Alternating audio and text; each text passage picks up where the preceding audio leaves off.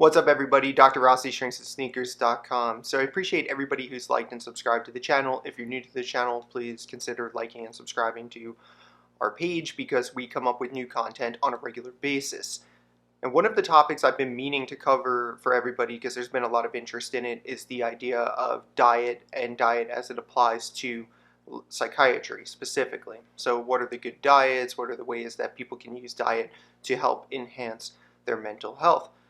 But before I get into the diet-specific things, I'm going to start with the gut microbiome, because this is a concept and this is a topic that's really popular right now in psychiatry. People are talking about how the gut microbiome influences depression and anxiety and what we need to know about it and what we could do to help that gut microbiome. I'm going to give you the story right up front. So if you stop watching the video after this, then that's fine. You'll at least know what you need to know. And that is that all of these things that you'd be doing to enhance the gut microbiome that could potentially help with your mental health can all be done through the 4 components of lifestyle modification that I've already mentioned in previous videos. So if you're eating a healthy diet, if you're exercising, specifically aerobically on a regular basis, if you're sleeping right at night, and if you're practicing some type of stress reduction, then you're already covering yourself. You're likely going to have a diversified gut microbiome. But if you're interested in more of the science behind it, and you're interested in more of the research behind it, I'm going to present that in the next couple of minutes, so stay tuned. So when we talk about the gut microbiome, what are we talking about here? We're specifically talking about bacteria. I mean, we can talk about some of the other things, but actually the fungi and what we call bacteriophage or viruses, we don't know what they do and what their effect is on the body. We have no idea. So there's no point in even discussing those things. We're going to focus specifically on the bacteria that's found in your GI tract and how it affects your mental health. So what does the science tell us? The science tells us a couple of interesting things that have been, kind of delineated more recently, figured out more recently. And that is that there's obviously a communication pathway that exists between the microbiota in the gut and the brain. So there's some type of communication pathway that's been established between those 2 regions of the body. Now, there's a few different mechanisms by which this works, and it allows the gut microbiota to signal to the brain and to control some physiological processes. So what do these things include? One of the things that it includes is gut peptides, and these gut peptides are made by what we call enteroendocrine cells. Not really important, but more so just to know that there's these cells in the gut that are able to activate receptors of the immune system through the vagus terminalis in the gut. So there's an immune response that's going on as a result of some of the activity of the gut microbiota. Next, studies indicate that the bacteria can manufacture and secrete essential neurochemicals. So this is getting more interesting for us now at this point because we're talking about the same neurochemicals that we try to manipulate when we're using antidepressant medications or anti-anxiety medications, those being serotonin, dopamine, norepinephrine, GABA, and acetylcholine. So that's kind of at this point where we're at with the understanding of this communication pathways, and we know that again it's affecting some of these neurotransmitter production as well as there's some immune component that's at work here. Naturally, you might be asking, well, how does this relate to depression and anxiety? Well, one of the things we found from research and from the literature is that depression and anxiety have been linked to what we call a less well-diversified gut microbiome. And what does that mean, and how might you go about diversifying your gut microbiome? Maybe your next questions. So one of the main ways to have a healthy gut microbiome, or I would say the primary way to improve your gut microbiome, would be to cut back on some of the dietary things that affect the type of bacteria that live in the gut. And that would be things like processed foods, sugar-containing beverages, and other sugar-containing foods, as well as saturated fats. So we want to diversify that gut microbiome, so we want to watch out for these dietary things. Other things that can affect your gut microbiome are medications.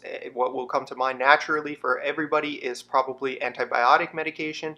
So if you have an acute infection, you take an antibiotic. Obviously that kills a lot of different types of bacteria, not just say the bacteria you're trying to treat in that acute infection. So there's going to be an effect when you're taking those kind of meds, but other meds as well. And the point is, medications can affect the gut microbiome. Other things that affect it are things like sleep, exercise, and just your lifestyle in general, including things like stress reduction. So let's say you're like, Dr. Rossi, I don't buy your stuff. I just want like some kind of pill that's going to help me. I just want to take some kind of supplement. Well, I mean, there's a few options for you if you really want to go that route. One of the ones that's been gaining traction, and there's been a few studies published, most of them are preclinical and animal trials, not as many in humans, but there's a few. And one of the things that we're looking at is fecal transplants. So there's some evidence to support the idea that if somebody has a fecal transplant who's depressed from a donor who's not depressed and anxious, they will have an improvement in their depression and anxiety. I'm kind of on the fence about this. I don't think there's enough research to really indicate this, but this is one of the ways that people are starting to go now and starting to think, because they want to know, like, what kind of treatments can we do? So, fecal transplants are actually kind of difficult procedures and are not things that most people want to go through. Lucky enough, though, more recently there's been like a capsulated form. So what they do is they put that healthy fecal matter in a capsule, and you swallow a number of these capsules to get the fecal transplant. Now, the problem with this treatment, in my mind, is if you don't make those basic lifestyle modifications, if you don't change your diet, you don't change your exercise routine, you don't change your sleeping habits, guess what? The gut microbiome reverts back to the same way it was before the fecal transplant. So it's not a cure-all. It doesn't solve all your problems just by doing a fecal transplant. So I think this idea is one that I don't see catching on a lot of traction mainstream. You may have some fringe people working on this type of stuff and doing these type of treatments, but I can't say I would recommend it to my patients as a first-line treatment. Again, I think it's much easier to just change your diet and your lifestyle in order to achieve the same results. So then the next thing that comes to mind is, what are some practical things that you could stop eating right now that would help you, and what are some things you could do to increase, again, the diversity of your gut microbiome? So I said before, sugars, processed foods, saturated fats, red meat, all bad stuff for you, right? We kind of know that. It's been well established by the literature. Some people like to use, again, the Mediterranean diet. I've been talking a lot about Mediterranean diet because it is the diet that a lot of these antidepressant diets, so to speak, have been based off of. So they take the Mediterranean diet as their focal point, and then they modify it slightly to come up with a so-called depression diet, or diet for depression. So Mediterranean diet is good. Also, I think a plant-based whole food diet is another great way to go. And why is that? Because when you're on a plant-based whole food diet, you're getting a lot of those prebiotics. And prebiotics are things like fiber, and that you're going to get from all of the fruits, all of the legumes that you're going to be consuming, all of the grains you're going to be consuming. It's all going to be basically good nutrients to nourish that gut microbiome. So that's what you're looking for. So I think Mediterranean plant-based whole food diets are good ways to go. Should you take a dietary supplement like a probiotic supplement? At this point, I would say that you are far better off getting these things from your natural diet. And in the event you feel like you can't, you have time restrictions, life restrictions, whatever, then a probiotic could be appropriate. But I don't think, again, it's something I would recommend to my patients unless they really wanted to do it. If you want to take a probiotic, awesome, go for it. I'm not going to stop you. I'm going to say two things about it. I'm going to say, make sure that you know the quality of the product that you're getting, and make sure you have some third-party lab testing to confirm that what you're taking is truly a probiotic and it's not some weird filler or whatever, because the dietary supplement industry is largely unregulated. So be mindful of where you're purchasing the product from. And also, it's going to cost you some money, right? These are probably going to cost $30 or more per month to continue taking. So again, get it from your diet. If you feel like you can't for some reason, you want a supplement, it's not a big deal, but I would not try to out-supplement a poor diet. Get your diet in check and then add the supplement if you still feel like you need it, but don't rely on the supplement to take the place of a poor diet. It's not going to work. It never does. So I'm going to wrap this video up, and the reason I wanted to do this was because at the end of the day, what I'm saying here is really no different than what I've said in previous videos about healthy lifestyle to begin with. If you want a healthy gut microbiome, get your diet in check, get your exercise on point, get your sleeping patterns on point, do those necessary things, and you're going to have a healthy gut microbiome. You don't need to buy a product from me or some other doctor or some other pharmacist or whatever selling you some product or gimmick to help enhance your gut microbiome. You just need to do it yourself through the diet and exercise and work that you're putting in. So at the end of the day, the best way to enhance or to improve your gut microbiome is to go ahead and get that healthy diet and lifestyle modifications in place.